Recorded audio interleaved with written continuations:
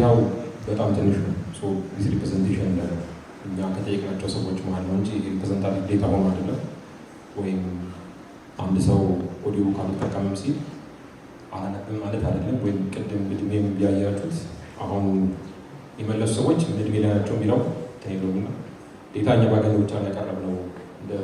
ከዛ በላይ በዴብዝ አልሄድንበትም። ለምሳሌ በኤጅ ሬንጃቸው አድርገን ያየነው በጾታ አላየን። ጾታም ሬሾ አለው፣ ግን ሴቶች ያነባሉ አያነቡም ወይ ወንዶች ያነባሉ ወይ ከዚህ ዕድሜ ወደዛ ነው የሚለው ብዙ ዲቴል አለበትም። እንደ ሃይላይት ብቻ ብላቸው አስቡት። ለዛ ሌላ ከፐብሊሽንግ ሌላ ትንሽ ለኦዲዮ ቡክ ያሉ አንድ ሶስት ብለን የመረጥናቸው አፕሊኬሽኖች አሉ። ሌላ ስለነሱ ትንሽ የተወሰነ ብሪፍ ልስጥና ወደ ዳዊት ነው። ሶስት ኦዲዮ ቡኮቹን የመረጥንበት የተለየ ፕሪፈረንስ ኖሮን አይደለም። አቬል ሆኖ ያገኘናቸው እነሱ ነው። ዩዥዋሊ እንደዚህ ፒክ የምናደርገው ምንድን ሰውን እንጠይቅና ሰው ከሚመልስ ላይ ነው የምንወስደው። አሁን ትንሽ ኮምፕሊኬት የሚያደርግ ምንድን ነው፣ ቅድም ሊስቱ ላይ ዩቲዩብ አይታችኋል። ዩቲዩብ አክቹዋሊ ጀስት ሁሉንም ማካተት ስለሚችል እንጂ እንደ አንድ ኦዲዮ ቡክ ይቆጠራል። ዲፍረንሱ ብታስብ ዩቲዩብ ለምሳሌ በነፃ የሚሰራ ነው። ሌሎቹ እነዚህ የሚከፍሉ ናቸው። በአብዛኛው የተወሰኑ ፍሪ ፓርቶችም አሉ። ስለ ኮፒራይት ምናምን ሪስፔክት የማያደርግ ዩቲዩብ ጉዳዩ አይደለም። ኮንቴንት ተመጣ ምለው ምሳሌ ባለፈው ስለ ሙዚቃም አንስተን ነበር እዚህ ላይ ነው። የሌላ ሰው ኮንቴንት ወስዶ አንድ ሰው ቢያስገባ ዩቲዩብ ራሱ ሊጠየቅ ድረስ ነው እንጂ ይሄ እንትና ነው ብሎ አስቀድሞ ክሌም አያደርግም። አንሌስ መጀመሪያ ሰው የራሱ መጥቶ ክሌም አድርጎ ዴታውን አስገብቶ የራሱን አስቀድሞ ኮቴሽኑን ወስዶ ካልሆነ በስተቀር እንደሱ አይሰራም። ትንሽ እንዳያደርግ የዩቲዩብን ቅድም ስታዩት እንደ ፓርት ኦፍ እንደ ፕሪፈረንስ እንጂ በመክፈል የሚለው የምናስበው ሰምሃው ዩቲዩብ ይወጣ ነበር። ሶስት አስቀምጠናል። ስሙ ኦዲዮ ቡክስ፣ ተራኪና ቱባ። ስሙ 5 ዓመት አካባቢ ቆይቷል። እንግዲህ ባገኘነው ዴታ ይሄ ነው የሚባለው ባለቤቱ ሀገር ውስጥ የለም፣ ግን ቲንክ ነው የእሱ ካምፓኒ ውስጥ ይላል። እስካሁን ያላቸውን ዴታ ለማየት ሞክረናል። ያለ ዳውንሎድ እንዳላቸው ተጠቃሚዎች ነው እንዳላቸው። እነዚህ ፕላትፎርሞች ላይ የተወሰነ አክቲቭ ናቸው። ወደ 10 ሺህ አካባቢ ነው ዳውንሎድ አለው። ጉግል ፕሌይ ትንሽ የሚቸግረው ምንድነው የሆነ ራፍ ነበር ነው የሚያስቀምጠው፣ ያጠቃጋና ነው የሚያስቀምጠው። 10 ሺህ ስልክ 10 ሺህ ላይም ወደዛም ሊያልፍ ይችላል። ከመቶ በላይ በአማርኛ፣ ኦሮምኛ፣ ትግርኛ፣ ወረገኛ እና ሌላም ቋንቋዎችን ጨምሮ አላቸው። ከመቶ በላይ ኢትዮጵያን ኦዲዮ ቡኮች አሏቸው። እንደ ሳምፕልታ እንደ አዳም ረታ የምረት መጽሐፎች አሉ። ሌላ ከፕራይሲንግ ደረጃ ስናየው ከ57 እስከ 570 ብር የሚሆን ወርዝ የሚያደርግ ነው የሚያስከፍሉት። እዚህ ላይ ኦዲዮ ቡክ እንደ አንድ ሴክተር ዲፍረንስ ሊፈጥር የሚችለው የፕሪንቲንግ እና የዲስትሪቢሽን ኮስት የምትባል አፓርት እሷ በትንሽ ስለምትደረግ ኦዲዮ ቡክ አፓርት ቴክኖሎጂ ስላለ ዲስትሪቢዩት ማድረግ ስለሚቻል እንደን አሁን ያለውን ሁሉም ጋር ታዩታላችሁ። ለምሳሌ ቴሌብር ሁሉም ጋር እንደ ፔመንት ሁሉም ጋር አለ። ቴሌብር አንድ ፔመንት የሚለውን ፓርቲ በተወሰነ ስፖርት ያደርጋል። የቢዝነስ ሞዴል ብለን የምናየው ምንድን ነው? አዲስ እንዴት ነው የሚያስከፍሉት የሚለው አሁን መጽሐፍ ሲሆን ዩዥዋሊ ግዢ ነው። በፊት እንግዲህ ሰዎቹ ለማንበብ ምናልባት መጽሐፍ ሊከራይ ይችላል፣ በነፃ ሊሰጥ ይችላል። ሌላ ሞዴሎች ነበሩ። ይሄኛው ኬዝን ቴክኖሎጂ ስለሆነ ፍሪሚየም ሞዴል አለ። የተወሰነ ፊልም ትጠቀሙታለ፣ ከዚ በኋላ ትከፍላላችሁ ነው ሀሳቡ። ኦልሬዲ አቬይለብል የሆኑ እንትኖችንም አይ ቲንክ የተወሰነ ፐብሊሽ ያደርጋቸዋል። ቴሌብር እንዳንድ ፔመንት ያገለግላል። ሌላም ከውጭም ኦዲየንስ ስላላቸው አይ ቲንክ ከኢንስትራይክ ያካትታል እዚህ ፔመንት ሞዳሊቲያቸው ላይ። እንግዲህ አድ ሰፖርትድ የሆነ ፍሪ ኮንቴንት ማለት እዛው ላይ ማስታወቂያ በማሳየት የተወሰነ በነፃ ለሚጠቀሙ ሰዎች ማስታወቂያ በገባ ቁጥር የተወሰነ ብር እነሱ ያገኛሉ። እንደ ዳውንሎድ በተደረገ ቁጥር ከዛ ምናልባት በፓርትነርሺፕ የተወሰኑ ቢዝነስ ሞዴሎች አሏቸው። ይህ በዚህ መልኩ ነው የሚሰሩት እነሱ። ሌላ ሁለተኛ ቱባል በአንድ ዓመት ዲፍረንስ 2021 ላይ ነው የተጀመረው።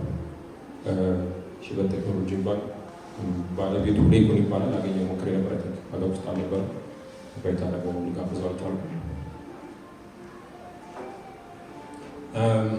ኮርስ ያሉ ዲስትሪቢሽን ቻናሎች ሰምሃው ሲሚላር ስለሆኑ ሰውን ጠቃሚ አንድ ቦታ ስለሆነ ያለው ሰምሃው ከፌስቡክ እና ቲክቶክ ላይ አለመገኘት አይቻልም። ጉግል ፕሌይ ዲስትሪቢሽን ሜካኒዝም ይሄኛው ሰዎቹ ተመልካቹ አድማጭ ምናምን ያለበትን ቦታ ስቴት ለማድረግ ነው።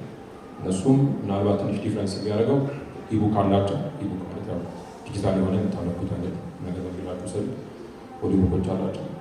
ከካታጎሪ ደረጃ እንግዲህ ችልድረን መጽሐፍ አላቸው፣ ፊክሽንም ነን ፊክሽን ያካትታሉ። ፔመንት ሜካኒዝም አይደንክ እንደ ሁሉም ውጭ ሀገር ያሉ ሰዎችም ስላሉ የነ ማስተር ካርድን ቪዛንም አካተዋል። ቤቢ እነሱ በአቢሲኒያ በኩል አለ፣ ቴሌብር እና የሲቢ አለ። እስከፊያ ሜካኒዝሞች የእነሱ ፔመንት ሜካኒዝማቸው ዳውንሎድ በተደረገ ቁጥር አንድ ሰው አንድ ዘመን ስፔሲፊካሊ ይገዛሉ፣ እሱን ዳውንሎድ ያደርጋሉ። በእሱ መልኩ ነው የሚያስከፍሉት። እንግዲህ እና ኦዲዮ ቡክም አንድ ቦታ ነው ያላቸው። ስለዚህ ሌክሴ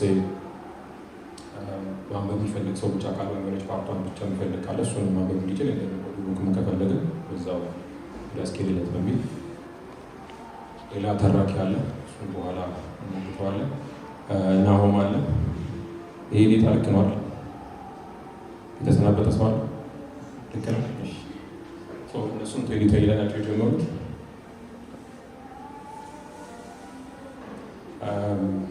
ከ30 ፕላስ ኦዲዮ ቡክ ቤቢ እነሱ ዲፍረንስ የሚያደርገው ፖድካስት አላቸው። ከ1000 እስከ 5000 ዳውንሎዶች አሏቸው። ኢንተርኔት ሴም ፕላትፎርም ሜቢ ሌሎቹ ላይ ያየነው የኢንስታግራም ይጠቀማሉ እነሱ። ኢትዮጵያንና ትንሽ የኢስት አፍሪካን ኮንቴንቶች አሏቸው። ከወጥሮቹ እና ከኤትሮች ጋር የተወሰነ ኮላቦሬሽን ክሬት ለማድረግ ነው፣ ይህንን ቪዚቢሊቲ ለመፍጠር። የፕራይስ ሬንጁ ሰምሃው ሾርት ስቶሪስ ከ150 እስከ 250 ፉል ኖቭል ምናምን ሲሆን እስከ 500 ድረስ አሏቸው። በሰብስክሪፕሽን ሞዴል ነው። ዋን ታይም ፐርቼዝ ያላቸው ሰብስክሪፕሽን አይነት ሞዴል ያላቸው ይመስለኛል። ሜቢ አፕዴት ካለ አፕዴት ታደርገናለን። ኮርስ ብዙ ዲያስፖራዎች ስላሉ አይተን ፔመንት ሞዳሊቲዎችን ውስጥ ማስተር ካርድ እና ቪዛ አለ፣ ሲቢ ብር አለ። እንዳንድ ፔመንት ሞዳሊቲ ቴሌ ብር ሰው ስላለ ቆይ ሀሜት ሰው ኢናፕ ፐርቼዞች አሏቸው፣ ከሱ ደግሞ ያገኛሉ። እንትን ፓርትነርሽፕ ከሌላ ኮንቴንት ክሬተሮች ጋር ፖድካስት ሲኖራቸው አንድ ኮንቨርሴሽን በተለይ እነሱ ክሬተር ሲሆኑ ይሆናል ሌቨል ሞዴል እነሱ ጋር ሊሰራ ይችላል። ከሞላ ጎደል ይህን ይመስላል።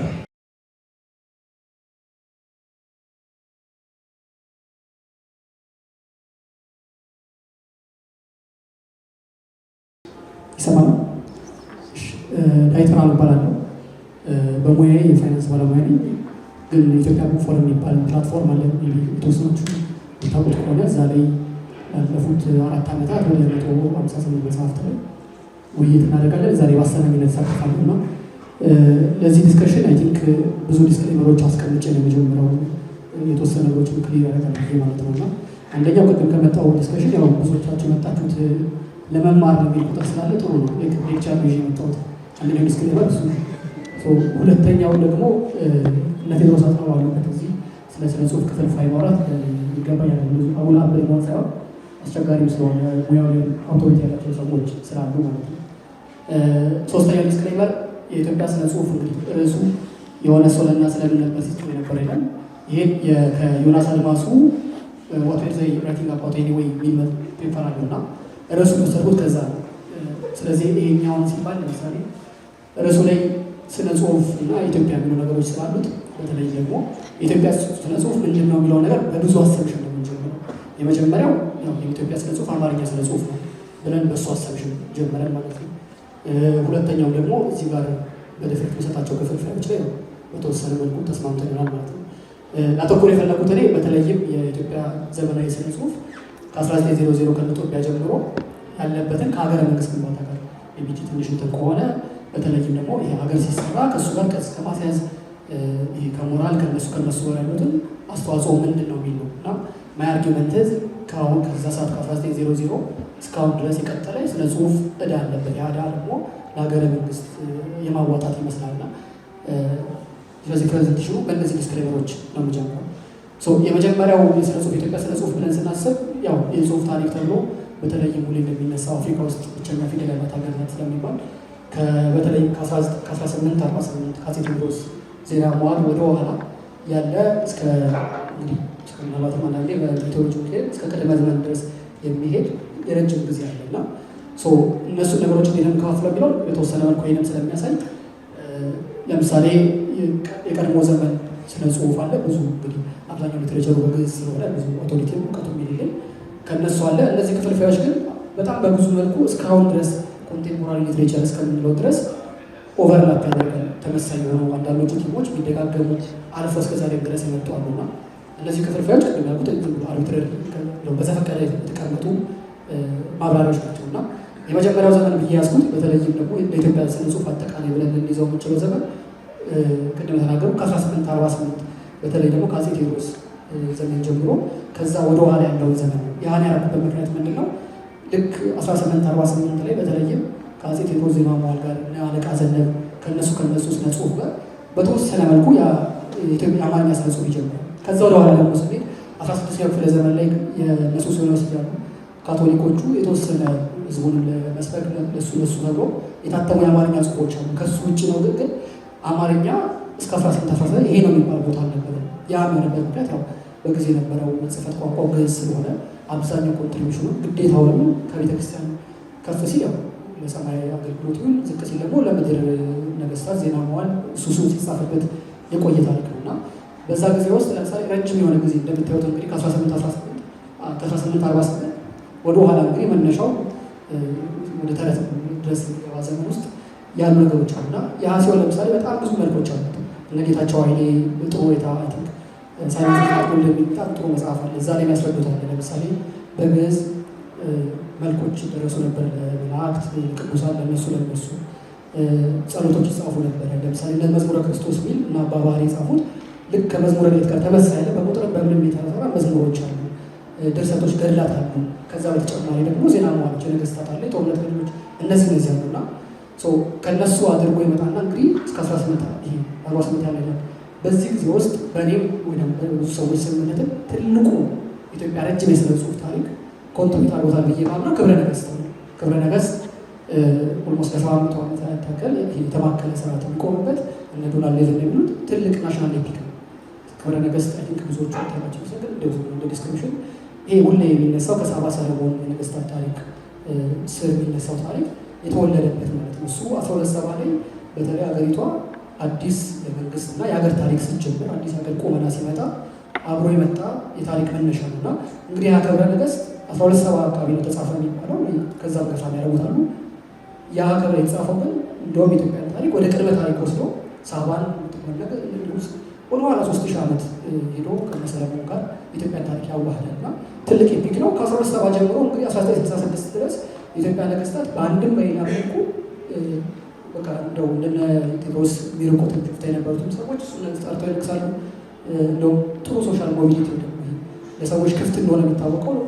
በኢትዮጵያ ታሪክ ውስጥ ቴዎድሮስ ከጎንደር ከቋራ፣ አፄ ዮሐንስም ከትግራይ፣ ምኒልክም ከሸዋ፣ ተፈሪ እንግዲህ ከሀረር፣ ኢያሱንም ከወሎ አምጥቶ አንድ ቦታ ሰጥቶ ይሄ ሀገር አሰባሳቢ የሆነ ቁመና ይዞ ሄዳል ማለት ነው።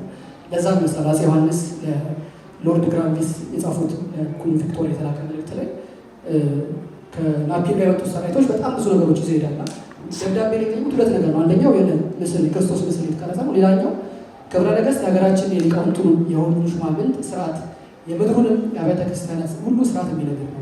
ክብረ ነገስትን ካለበት ሁሉ አስፈልገው ሊሰዱልኝ ይወዳለሁ ብለው ይልኩለታል። እንግዲህ ምን ያህል ለአንድ ንጉስ ደብዳቤ ልኮ ይሄ ነው ከሀገሬ ስርዓት ሊቆምበት ብለው ነገር የሚሰጠን ይመስለኛል። እና ልክ እነዚህ ነገሮች ግን በተለይም ከኋላ ሰው ከዘመናዊነት መምጣት ጋር ከዘመናዊነት አንዱ ባህሪ የሆነ ለምሳሌ ቢሮክራታይዝ ማለት ከአዳዲስ የመንግስት ስርዓት ግንባታ ጋር ሲመጣ እየተዳከመ ይመጣል። ለምሳሌ ፍትሐ ነገስት ቀስ እያለ ፌዝ አውት እያደረገ በወንጀለኛ ምርጫ በሌሎች ይጠቃልና ስነ ጽሁፍ በተለይም ሀገረ መንግስት ግንባታ ውስጥ በኢትዮጵያ ትልቅ ቦታ ነበር ማለት ነው። 700 ዓመት ኦልሞስት አንኢንተራፕትድ የሚባል ሀገረ መንግስት ማቆም ችሎ ነበር ማለት ነው። እና ይሄ የሆነና እንግዲህ 1948 ቅድም ያልኩት አማርኛ ድርሰቶች ከነቴዎድሮስ ይጀምራል።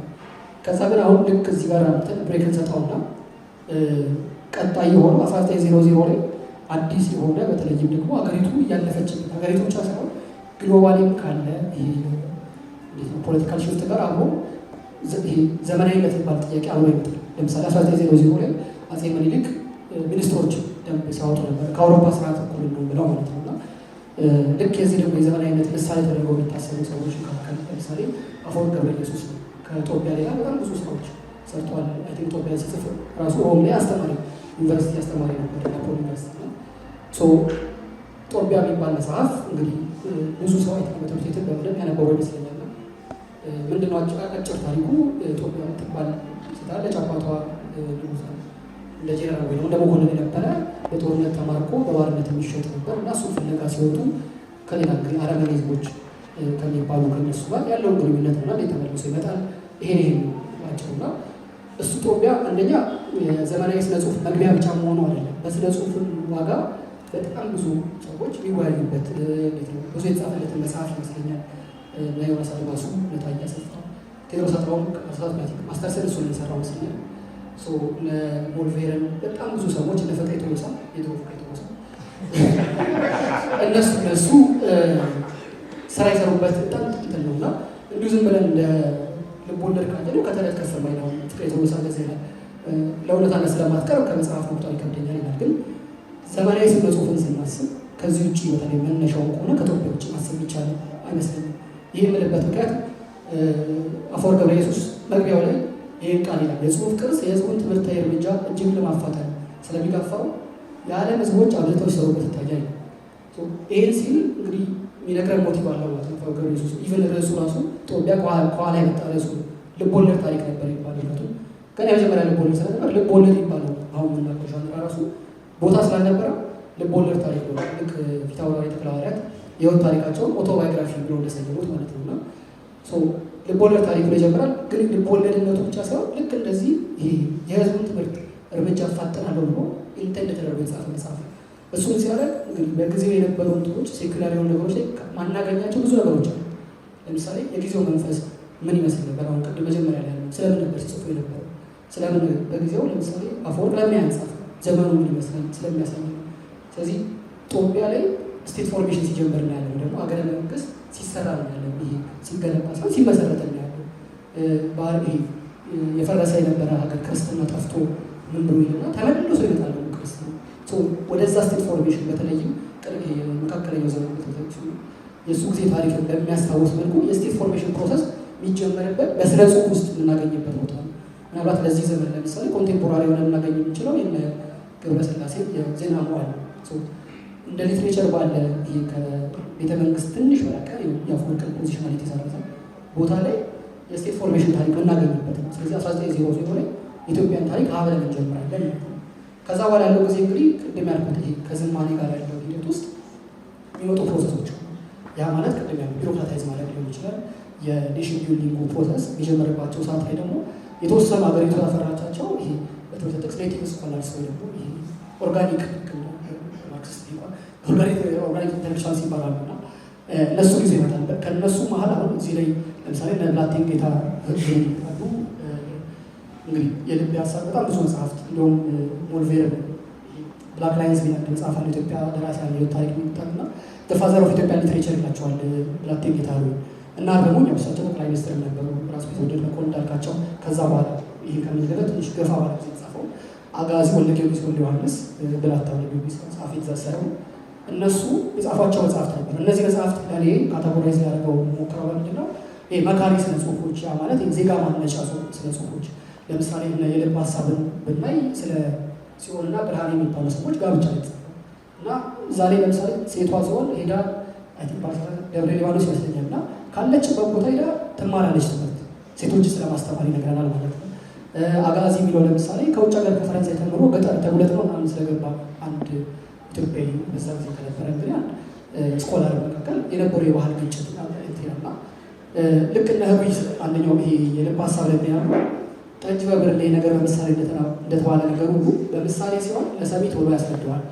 ሚስት ለማግባት ይፈልግ ወንድና ባልና ማግባት የምትፈልግ ሴት አስቀድመው ይህን መጽሐፍ በቅንነትና በማስተዋል ያነቡት ይልና ይህ እንግዲህ እየተሰራ ያለው በጊዜ ያለውን ዜጋ እየተሰራ ያለው ሰብጀክት የሚነገር ነው። በምን መልኩ ሊያነጹ የፈለጉት ስነ ጽሁፍ ምን አይነት ቦታ ነው? ቅድም ያልነው ደግሞ ለምሳሌ ለሩ ፖዚሽናል ያላቸው እነሱ እስከ ውጭ ጉዳይ ሚኒስትር ድረስ የደረሱ ሰው ናቸው እና እነዚህ ሰዎች አዲስ የሆነ በጊዜ የነበረውን ሰብጀክት እንዴት ነው ፎርም የሚደረገው ምን አይነት ዜጋ ልስራ እና ሌሎች አሁን ናርሞ ምናምን በቃ ሀብት መጥፎ ነው ሀብት እንዳትወጉ ይላሉ። እነ ራስ ካሳ ሀይሉ ደግሞ ፍኖተ አእምሮ መጽሐፍ አላቸው እና እሱንና የእነዚህ ሰዎች ስራ ብታዩት ተመሳይ ነው። እንግዲህ እነዚህ ሰዎች እንግዲህ ሀብት የጠቀሙ ሰው ናቸው። እነ ራስ ቢትወደድ መኮንን ናቸው እንግዲህ የሌላቸው ሰው ናቸው። አትብሉ አታብዙ ድህነት እንደውም በቃ የሚገኝ ድህነት ነው እንጂ ስለዚህ በጊዜ የነበሩት እነዚህ ዲዳክቲክ ሊትሬቸር የሚባለው ወይ ደግሞ መካሪ ወይ አስተማሪ ስነ ጽሁፍ የሚባለው እሱን እየመጣ እናየዋለን እና ከዛ በኋላ እንግዲህ ይሄ እነዚህ የኔሽን ቢልዲንግ ፕሮሰሶች በመሀል ኢንተራክትድ ነው። የጣሊያን ወረራ ጊዜ በተለይ ሀገሪቱ ቅድም ያላቸው ኦርጋኒክ ስኮላሮችን በጣም ብዙዎቹን እንግዲህ ካጠፋ በኋላ የሀገሪቱንም ደግሞ ስትራክቸር ሲግኒፊካንት በሆነ መንገድ ከቀየረ በኋላ እንግዲህ ይሄ ከእነሱ እንትን ተብሎ የተመለሱ ሰዓት እንደ አዲስ በተለይም ለምሳሌ በተለይ ከ1933 በኋላ የነበረ ሂደት ኢቨን ስቴት ኔሽን ቢልዲንግ ፕሮሰሱ ሲግኒፊካንት የተቀመጡ ሞቢሊቲው ጠፍተዋል። የራሱ ሰራዊት የሚያሰልፍ የነበረው የአካባቢው ባላባት ና ከተነሳ በኋላ የመጣ ኔሽን ቢልዲንግ ፕሮሰስ ነው እና በዚህ ውስጥ አሁን ስሙ የያዙ ጻፊ ጌት እናምጦት ይመርቸዋል እና writers and poets became the vanguard of the construction of the new paradigms of development and also for the reinvention of culture. ስለዚህ ስለ ጽሁፍ ይሄ ሀገር የሚሰራበት አንዱ ቦታ ሆኖ ይመጣል ማለት ነው። እስከ በኋላ ድረስ ምናያቸው እስከ መጨረሻው ድረስ እስከ አብዮቱ ድረስ ያሉ ሰዎች ሁሌ ስነ ጽሁፍ ላይ ያሉ ሰዎች በተለይ ለምሳሌ ብለምናነሳቸው ከስቴቱ ጋር ወይ ከመንግስት ጋር የተጠቁ ሰዎች ናቸው። ስለዚህ የሰብጀክት ኮንቬንሽን ፕሮሰሱን በዛ ልብ እንድንል ያደርገናል ማለት ነው። እንግዲህ ከዛ በኋላ የመጡት የስነ ጽሁፍ ሰዎች 1950ዎቹ እና 60ዎቹ ቅድም ያልኩት ይሄ ኦቨርላፕ የሚያደርጉ ጊዜ እዚህ ጋር ይመጣል። ሁለት አይነት ትውልዶች አሉ፣ ሶስት እንጥቀሳቸውና 1950ዎቹ እና 60ዎቹ ውስጥ የመጀመሪያዎቹ የሪፎርሚስት የሆኑ ስታተስ ኮን እንዳለ ሆኖ በተወሰነ መልኩ ሽፍት ይደረግ። ለምሳሌ ፍቅር እስከ መቃብር እንደዛ ነው። 1954 ላይ ኢትዮጵያ ምን አይነት አስተዳደር የሚል አዲስ አለማየሁ ለጃንሆይ የሰጡት ማስታወሻ አለ እና እዛ ላይ ይውረዱ አይሉ ስልጣኑን ያካፍሉ ወይ በተወሰነ መልኩ ኔሽን ቢልዲንጉ ደግሞ አንድ ቦታ ከሚሊተሪውና ከቢሮክራሲ ውጭ ኢትዮጵያ ሕዝብ የሚያሰባስበው ቦታ የለም ይላሉ እና ፍቅር እስከ መቃብር ካያችሁት እንደዚህ አይነት ባህሪ ያለ የሚመጣውን ነገር የሚያስፈራ የነ ፊታውራሪ ባህሪ እና በጀበለው መጥተው አጥቅቷቸው ሲያሸንፏቸው ከነ ንቀቱ ከነ ትዕቢቱ ሲተነፍስ ሲታሰሩ ላና ያለን እና እሱ እንዳይመጣ የሚያስጠነቅቅ ስነ ጽሁፍ ሆነ ያስቀምጣሉ እና አርአያ ደግሞ ደጃዝማች ተክለሐዋርያት የግርማቸው ተክለሐዋርያት የተክለሐዋርያት ልጅ ናቸው። እሳቸው ፈረንሳይ ተምረው ሲመጡ አርአያ የሚባል መጽሐፍ 1950 ላይ ሳትመው ለእኔ በጣም ይሄ በጣም ብዙ ፖለቲካል በተለይ ሌሎች ሪዲንጎች ለማለት በጣም ክሩሻል የሆነ መጽሐፍ ይመስለኛል እና እሱ መግቢያው ላይ ምን ያነሳል? አርአያ የልብ ወለድ ታሪክ ለመጽሐፍ የተመራውበት ሀሳብ ግልጽ ነው። አገር ለመርዳት የራስ ፈቃድና ምኞት ከሆነ በማንኛውም ጊዜ በማንኛውም ቦታ የሚቻል ነገር መሆኑን ለማሳሰብ ላይ ነውና ይሄ ሲል ግን የቀደሙ አይነት የእንትና ምክር አይደለም ይዞ መጣው ህዊን አይነት አጥቶ አይደለም ወይ ደግሞ ሴቶች አስተምሮ ብቻ ይዞ መጣውና አብሮ እንግዲህ በጣም ብዙ ነገር ተመሰቃቅሏል። እነዚህ ሰዎች ፈረንሳይ ተምረው መጥተዋል። ፈረንሳይ ሲመጡ ተምረው ሲመጡ ኮሎናይዝም በጣም አግሬሲቭ እየሄደ የነበረበት ጊዜ ነው። ከዛ በኋላ ያለ ለምሳሌ የኢትዮጵያ ነፃነት አለ እና የመልማት ሀሳብ አለ። በተለይ የኢንዲፐንደንስ እና የዲቨሎፕመንት ዲስኮርስ አለ እና እሱ እንዴት ነው የምናየው? ነፃ ሆነን ለምሳሌ ማነው ስማቸው ነጋድራስ ገብሪቱ ከዳ ያነሱ የነበሩት ነፃ የሆነ ሀገር ብትል በራሱ በሀብት ነፃ ካደረገ ነፃ አይደለም የሚሉትን ነገሮች እዚህ ላይ እናያለን። ሄዶ ፈረንሳይ ሀገር መጡ ባህል ምንድን ነው እንዴት ነው ይሄ አለ እና ተመልሰው መምጣታቸው አይቀርም ወይ እነዚህ ሰዎች የሚያስጠነቅቅ ሪፎርሚስት የሆነ ማለት ነው። መለወጥ አለብን በተወሰነ መልኩ ይሄ ፕሮባቲክ ነገሮች አሉ። ግን ለዛም ሆኖ ገንጥሎ መጣ ሳይሆን የነበሩትን ስርዓቶች እናስተካከል የሚል ድምፅ ይወጣል። ልክ እንግዲህ ከነዚህ በኋላ ሜይ ቢ እንደ ማለፊያ ብዬ እነዚህ ሰዎች እንግዲህ ባቲዎች ብዬ በክርስቶስ ደስታ ስብሐት ገብረእግዚአብሔርና ሰለሞን ደሬሳ ባቲ ማለት በእሱ አንድ ግጥም አለው። ከዛ ተነስቼ ነው ባቲዎች አልኳቸው። ሰለሞን ደሬሳ አንድ ግጥም አለው ወደ ኋላ ያለ ነው። በአማርኛ ትርጉሙ ለጋ ጨረቃ ማለት ነው እና ሁሌ በየወሩ የምትታደስ ጨረቃ ናት ማለት ነው እና ልክ እነዚህ ሲሆኑ በነ ሰለሞን ደሬሳ ጊዜ አዲስ አይነት መጽሐፍ ይዘው ይመጣሉ። እነዚህ ሰዎች እንግዲህ በዛው ዘመን የኖሩ ሰዎች ናቸው። ከአዲስ አለማየሁ ጋር ነገርባቸው ጋር አዲስ አይነት ሀሳብ ይዘው ይመጡና እንደውም ሰለሞን ምን ይላል ስለ ግጥሙ መጽሐፍ ስለ ግጥሙ መልእክት ሲያወራ የግጥም ዋና መልእክቱ ግጥሙ ውስጥ የተሸነቆረ ሳይሆን ግጥሙ ራሱ እንዲሆን ስለሚያሻ ግጥም የፍልስፍና ማስተላለፊያ መስበኪያ ወይም የምስጢር ቦታ አይደለም። እንግዲህ ከቅድም ጀምሮ ያመጣናቸው ሰዎች ሀገር እንገነባለን፣ ሀገር እንመሰረታለን፣ ይሄን ያህል ዜጋ ሰው ይሄን ያህል ሰው ይላል። እነዚህ ሰዎች ይመጡና ሰለሞን አይ እንግዲህ ግጥም ደልጣው ነው ከገጠመ ገጠመ ከተመቸ ተመቸ መነሻ የት ናካላችሁ ያረዳ ጨዋታ ነው ይላልና እሱ ይመጣል። ገብረ ክርስቶስ ስለ ግጥም ሲጠየቅ ለምሳሌ ስለ ስዕል አብስትራክት ወደዚህ ሀገር የለ ነገር ታመጣለህ ምናምን የሚወስዱት አንደኛው የተጠየቀው ገጣሚም ነህ ሰዓሊም ነህ እና ይሄ ሰምና ወርቅ የሚባለው ነገር አንተን እንትን ይልሃል አንተን የሚመለከታል አይነት ነገር እና አይ እኔ ኢንቴንሽናሊ አላሰበውም ይሄ ሰምና ወርቅ የሚባል ነገር ይሄ ቅኔ መቋጠር የሚሆን ማለት ነው እና ብሎ በአሳሳሉ በአገጣጠሙም የራሱ የሆነ መንገድ ይዞ መጣል። ስብሐትን ያየ እንደሆነ እንግዲህ ስብሐትን የቱ ማይነጋልኝ ባለሳሳት ከፍቅር እስከ መቃብር በመጻፍ ይቀርባል እና በጣም የሆነ ሜቢ አሁን ላይ ባለ ስነ ጽሁፍ ራሱ ሲፈተን ብዙ የማይወድቅ ይሄ ሙሉ የተባለ ናቹራሊስቲክ የሆነ እንዳለ የጻፈውን ግን እሱ ሚላ ላይ ይታተማል ብዬ አይደለም ስጽፍ የነበረ ነበር።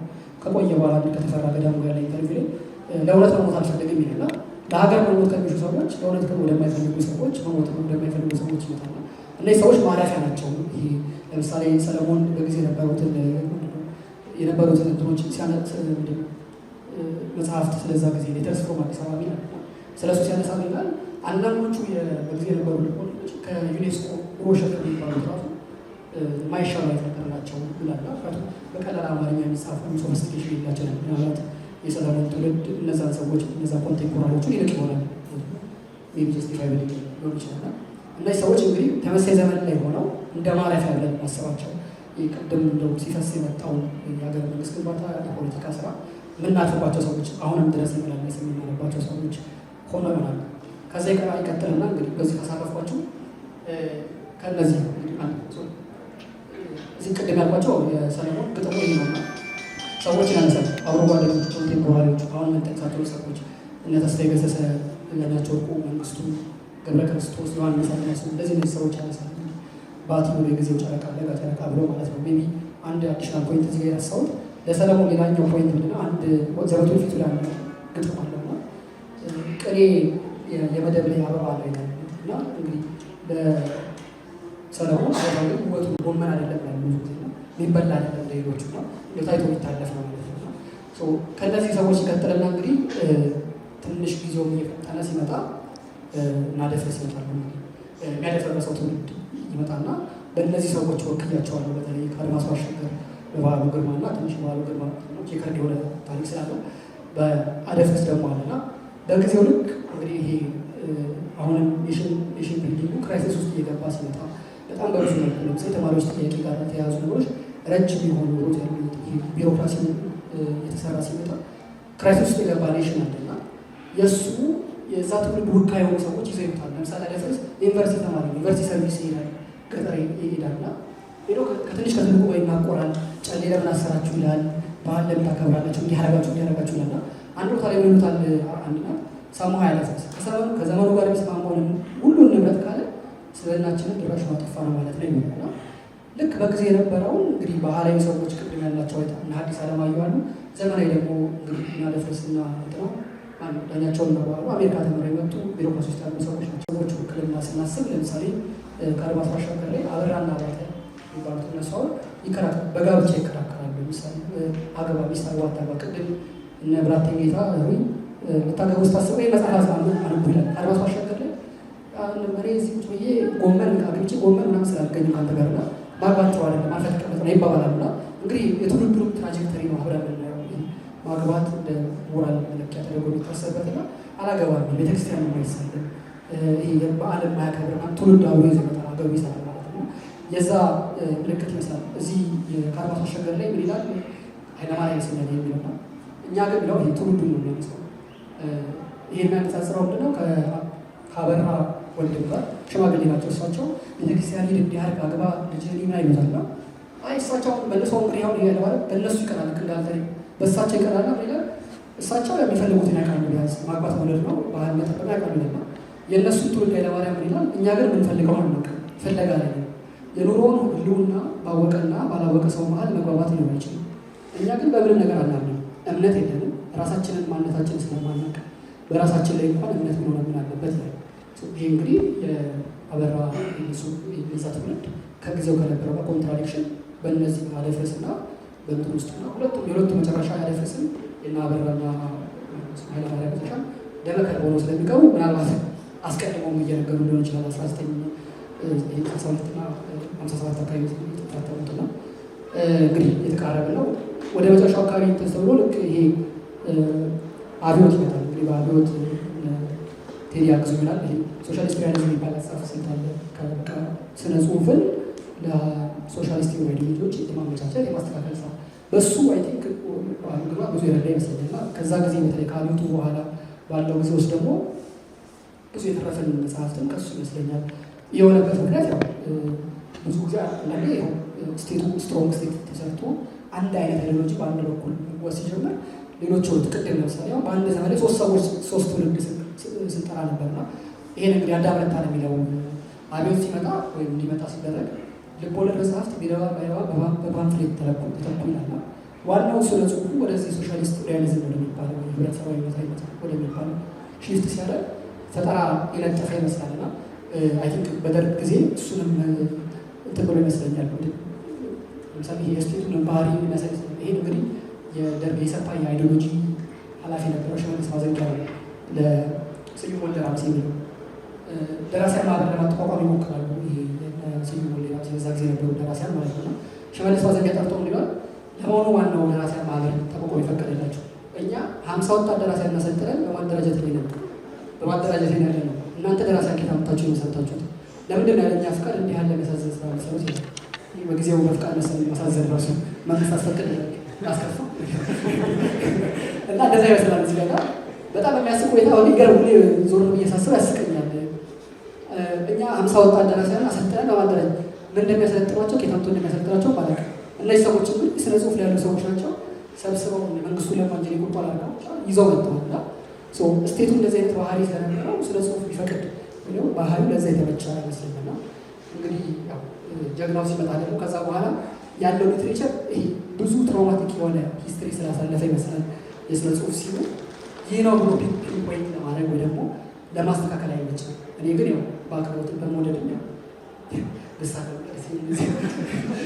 እንደዚህ ሁለት ሰዎች መቻል የእነዚህ ሰዎች ባህሪ ለእኔ ብለው ቅድም ካነሳሁት መጀመሪያ ላይ ስነሳ የነበረው የኔሽን ቢልዲንግ ፕሮሰስ አለ እና እሱ ጋር ተመልሶ ዞሮ የሚገጥም ይመስላል። ለምሳሌ አለማየሁ በጣም ኤክስፐሪመንታል ኖቨሊስት ነው። በጣም ብዙ ጽሁፎች ጻፈ በአንድ ቴክኒክ በሌላ ቴክኒክ እያደረገ መጨረሻ ላይ ያወጣቸው 4 መጽሐፍት አሉና ተመልሶ ገድል መጽሐፍ ላይ ይገባል አለማየሁ።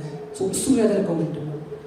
አንድ የተጠላው እንዳልተጠላ መጽሐፍ አለና ድጋሚ ኢትዮጵያ የክርስቶስ የማዋለድ ምጥ ውስጥ ይገባል እና ድጋሚ ኢትዮጵያ የክርስቶስ ሰርቶ ብትልኑበት በስራ ተለውጦ የሚልበት እንግዲህ ቅድም ያለ ገብረሕይወት ባይከዳኝ የሚሉትን እንስራ የሚሉትን ግርማቸው ተከባሪያት ጨዋታውን ጨዋት አለማየሁ በዚህ ዘመን ድጋሚ ዞሮ ይጮሃል ማለት ነው። አዳም ደግሞ እዚህ ጋር መጥቶ እንጀራና እንጆሪ እያለ እንጀራ እንጆሪ ያላቸው ለምስሉና አዲስ የሆነ ይሄ ናሽናል ሚት ለመስራት ይሞክራል። እሱም ደግሞ በሙሉ ስራዎቹ አንዳንዴ በነሱ እስኪያሰለችም ድረስ እንትን ያላ ተመልሶ እንግዲህ የኢትዮጵያ ስነ ጽሁፍ የኔሽን ቢልዲንግ ፕሮሰስ ውስጥ ይገባል ማለት ነው እና ለምሳሌ አዳም ይላል የተረት ውሻ በሙንጭ ይዤ አልተወለድኩም ወይም በትምህርት ቋጠራ ይወጣዋል። በተለያየ ደረጃና መልክ ደራሲው ራሱና ውጭ የሚላቸው ራሳቸውንም ሆነ በተወሰነ ከኢትዮጵያ ሊትሬቸር ከበፊቱ ታሪክ ተገንጥለው የወጡ ሰዎች ናቸው። እንደገና ደግሞ እንደ ህብረተሰብ ሆኖ ደግሞ ሃይማኖተኛ ሰው ህብረተሰቡ እንግዲህ አለማየሁ እዚህ መድረክ ላይ መጥቶ ሲል ነበር እንደ መቅጫ ነው የሚጽፈው ይላል። አሁን የተጠላው እንዳልተጠላ ማለት ነው።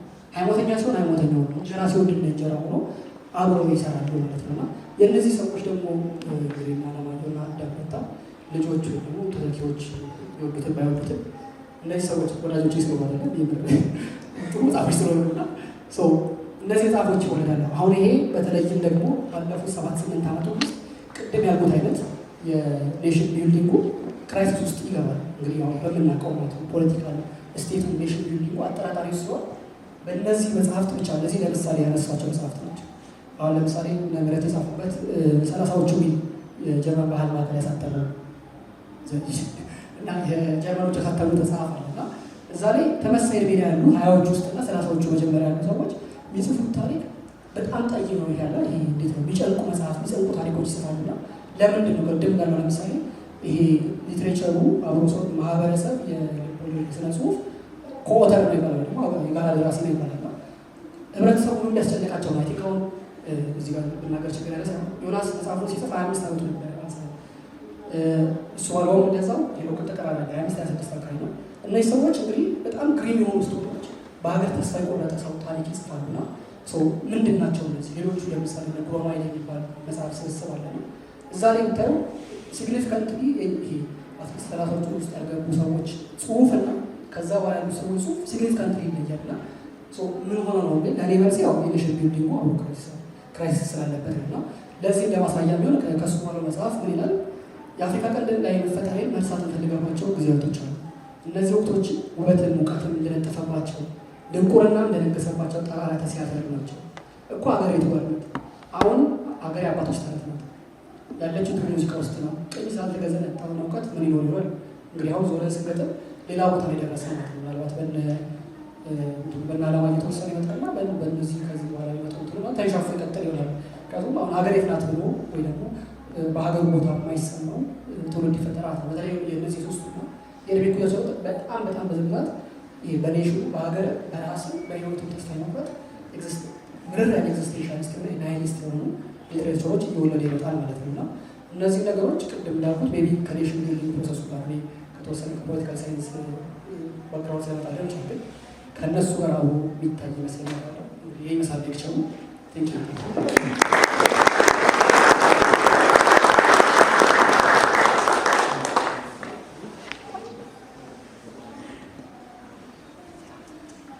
ጨለምተኛ ወሬ አውጥቶ ጥያቄ መለስ ባባ አመለስ ብሎ ጥያቄ አለዋል።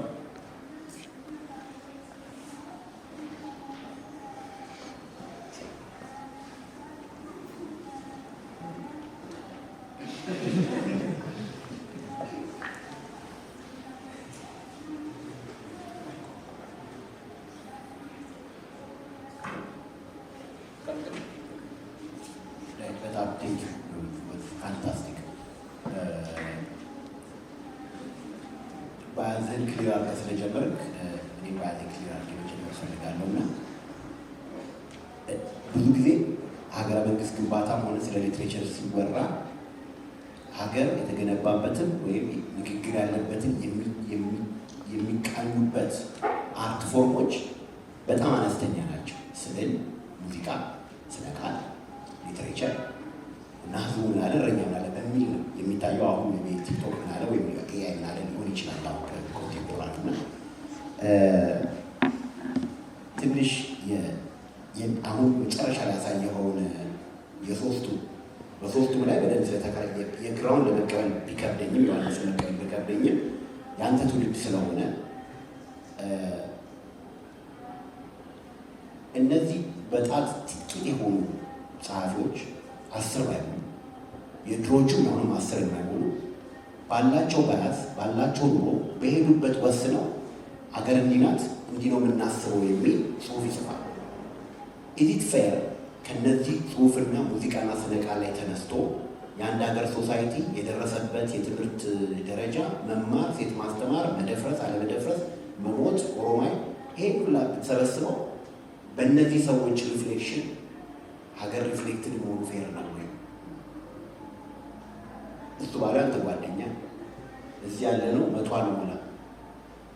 ስለዚህ እነዚህ አንተ ከ100 ሰው ጋር እያወራህ ነው። እነዛ ሞስት ፕሮባብሊ የሚያወሩት የእነዚህ መጽሐፍ የሚያወሩት 2000 እና 1000 ሰው ቢሆኑ ህትመቱ ብዛው ስለሆነ በኋላ ደራሲ ሆኑ ሊነግሩን ይችላሉ። ከህትመቱ ጋርና ትንሽ አንፌር ጀነራላይዜሽን አይሆንም? ከነዚህ ኤክስትራክት ተሰብስቦ የመጣ አንድ ኔሽን ዲፋይን ያደርገዋል የሚለው ትንሽ ከዶናልድ ሌቪን ጋር አያመሳሰልም?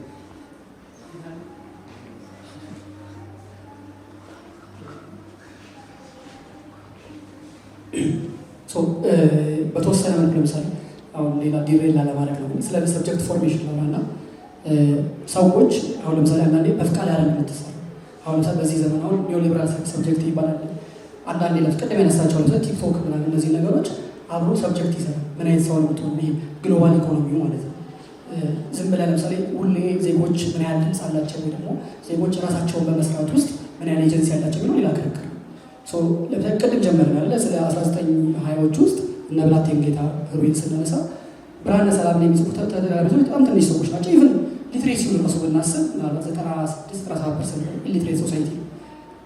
ሁሌ ግን ለምሳሌ ኃይለሥላሴ ወይ ደግሞ ልጅ ኢያሱ ውሳኔ የሚወስኑት መጥተው ግርማቸው ተክለሐዋርያት በሚያነቡላቸው ቲያትር ወይ ደግሞ ብርሃንና ሰላም ላይ አንብቦ ምንድን ነው ሪስፖንድ የሚያደርገው ስቴቱ ላይ ያለው ሰው ይሄ የሚሰራው ፓወር ላይ ያለው ሰው ነው። የትኛውም አይነት ሴንስ ሊሆን ይችላል ፓወር ቢለጥርም እና ስለዚህ እነዚህ ነገሮች ጀነራላይዝ የማድረግ ሳይሆን በአንድ በኩል የዛ ጊዜ የነበረው ይሄ አብሮ የሰብጀክት ፎርሜሽኑ ውጤት የሆኑ ለምሳሌ እኛ ፈቅደን አይደለም ዙሪያቸው የገበቡ የቅኝ ግዛት ኃይሎች ሰብስበን ያመጣናቸው ሰዎች አይደለም። እሱ ሲመጣብን ሰዎች ወይ ደግሞ በጊዜ የነበሩ ኤሊቶች ብለን እንያዝና ስለ ነፃነት ኮንሸስ ይሆናሉ። ይሄ እንግዲህ ሪስፖንስ ነው። ይሄ እንዴት ነው ሪያክት እያደረጉ ነው ለሲስተሙ ማለት ነው። ስለዚህ እነዚህ ሰዎች ያወጡትን ህግ ለምሳሌ አዋጅ ያወጡና ገበሬውን ተንቀሳቀስ ይሉታል። ገበሬው ምርጫ የለውም ጦርነቱ ሲመጣ። የእኛ ጊዜ ትውልዶችን ካመጣ ለምሳሌ ቅድም ለምሳሌ አሁን ለማንሳት የሞከሩት ነበር ኔሽን ቢልዲንግ ክራይሲስ ሲገባ አይ ቲንክ ሁላችን በጋራ ሼር የምናደርገው ይሄ ግሪን የሆነ ሪያሊቲ ያለና እነዚህ ሰዎች እሱን ይዘውቱና ምክንያቱም ከእኛ ማለት አሁን የምጠይቀኝ ለምሳሌ ለሆነ ጊዜ ትዘይ አንድ ጽሁፍ ልክ ነበር ላንተና እኔ የምጠይቀኝ ምናልባት እንደዛ ነው የምጽፈው። ምክንያቱም ቅድም አዳም እንዳለው ይሄ በአንድ በኩል ራሴንም ውጭ ነው ስለሆንኩኝ ማለት ነው። ስለዚህ ይሄ በተወሰነ እነሱ እየሰሩት ሳይሆን እንደውም አሁን ትንሽ ይሄ አሁን ቅድም እንደነገርኩት እነሱ ባላ አሁን ወይ ደግሞ የእኛ ዕድሜ ያሉ ሰዎች መንግስት ላይ የሚወስኑ ሰዎች አለ። ግን ለምሳሌ እንደው ትንሽ ከስራ ለምና ታባት እና ምረደበ በዚህ አይነት ጽሁፍ ስለሚጽፉ ለምሳሌ በተለይ 2010 ጊዜ የነበረው ሙቀት ላይ እንደዚህ አይነት ለምሳሌ ይሄ ፖዚቲቪስት የሆነ አይዲዮሎጂ እና ይዘው የሚሄዱ ሰዎች የሚጽፉ ሰዎች የስቴቱ አካል ነው። ለምሳሌ አይ ቲንክ ምረደበባ ነው አንድ ማሰልጠኛ እንትና ኃላፊ ነበር አይደል ኢንስቲትዩት ምናምን። ስለዚህ አሁን እነዚህ ሰዎች በሚጽፉት የሆኑ ሰዎች ደግሞ ሄደው ትሬን ይደረጋሉ ማለት ነው። ሄደው ካድሬዎች ሊሆን ይችላሉ የሆኑ ባለስልጣናት አይመለከቱም እና እነዚህ ሰዎች እና የመደምደም ሳይሆን በተወሰነ መልኩ የዛ ሪፍሌክሽን ነው ከዛ ግሪም ሪያሊቲ የዛ ክራይሲስ ውጤት የሆኑ ሰዎች በዚህ መልኩ ሪስፖንድ ያደረጉበት ሊትሬቸር ነው። ለዛ ነው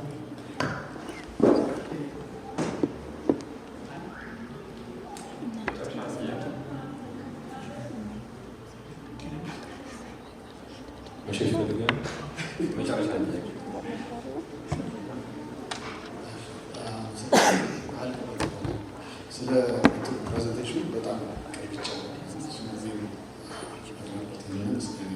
ወጣለሁ። መጨረሻ ላይ ያቀረቡ አብረህ ልትመልሰው ነበር የፈለጉት ከሶስቱ መሀል የሚሆን መጽሐፍ ነው ያለው። አንዳንዶቹ አሁን እዛ ላይ በጣም ተጽዕኖ ያለበት ይመስለኛል። ያን ዶሚናንስ አላየሁም። ያ ደግሞ ሚስጃጅ እንድታረጋ ላደረገ ጸሐፊ ትዝታ የላች ምናምን የሚለው መጽሐፍ ሳርገው ማይ ማይንድ ብሮክን ዊንግስ የሚለው መጽሐፍ ነው ዝም ብሎ የሚመጣብኝ ነበር እዛ ላይ ያነበርኳቸው እና በእሱ አሁንም የምጠይቀው እሱ ነው። እንደዚህ ጠቅለል አድርጎ አለማየሁ የመናችንን ነግሮ ምናምን አዙሮ የተሆነ በቃ ከራስ ጋር ተነጋገራል ያነሳውን ነገር። እዚህ ላይ ግን የዶሚናንስ ውጤት ያመጣባቸውን ያችን ቫሪያብል እንዴት ነው ያየው?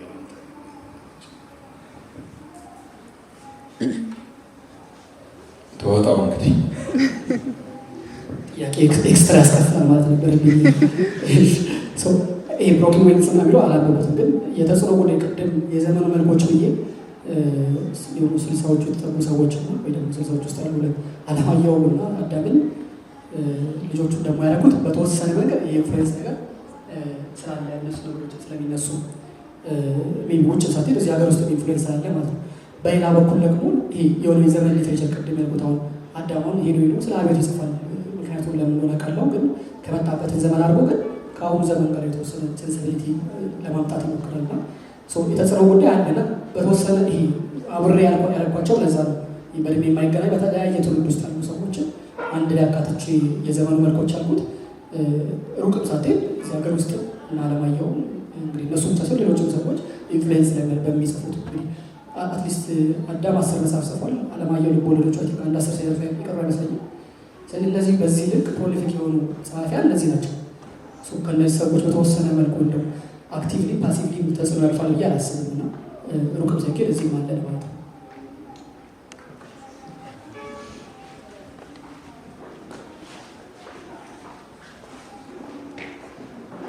ማህበራችን ለዳዊት የሚከፍለው ደረሰኝ እናንተ ስለሄዱ